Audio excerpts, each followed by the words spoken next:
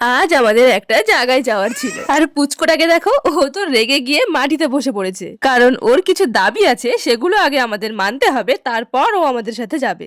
ওর কাণ্ডটা দেখো শুধু। আয়, ঠিক আছে তুই থাক, আমরা তাহলে গেলাম। Tata, bye bye.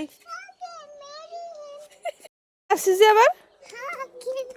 মানে মানুষ কি পরিমানে স্টাবর্ন হলে এরকম করে। ওকে আমি এতবার ডেকে যাচ্ছি তবুও আসবে না, নিচের মতো গান করে যাচ্ছে। আর দেখো, এটা হলো আমাদের রাস্তা, মানে আমাদের মেন রোডে উঠতে গেলে প্রথমে এই রাস্তাটাকে ক্রস করতে হবে, তারপর মানে মেন রোডে যেতে গেলে আমাদের সেরকম কোনো রাস্তাই নেই, তবুও বছরের অনেক সময় এটা পুরো জলে ভর্তি থাকে, তখন আর যাওয়া আসা করাই যায় না। আর এই রাস্তাটা দিয়ে যাওয়া আসা করা এতটাই বিপজ্জনক, কারণ রাস্তাটা ভীষণ এবড়ো খেবড়ো, উঁচু নিচু ঢাল। আমাদের পাড়ার তো একজন বৃদ্ধ মহিলা এখানে আসতে গিয়ে তার হাত ভেঙে ফেলেছে পড়ে গিয়ে। আর এই তো কিছুদিন আগে জল উঠে গেছিল, তার কাদাটাই এখনো শুকোয়নি, দেখুন আমার পাটা আটকে গেছে গর্তে পড়ে।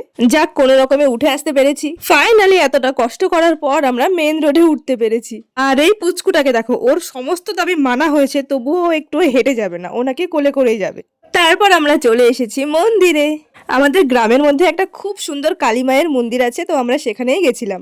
আর ওদের দেখো, ওদের তো যেটা কাজ ওরা করবে, সে যেখানেই যাক। আচ্ছা, তবে আজকে এখানেই শেষ করছি। ভালো লাগলে একটা সাবস্ক্রাইব করে দিও।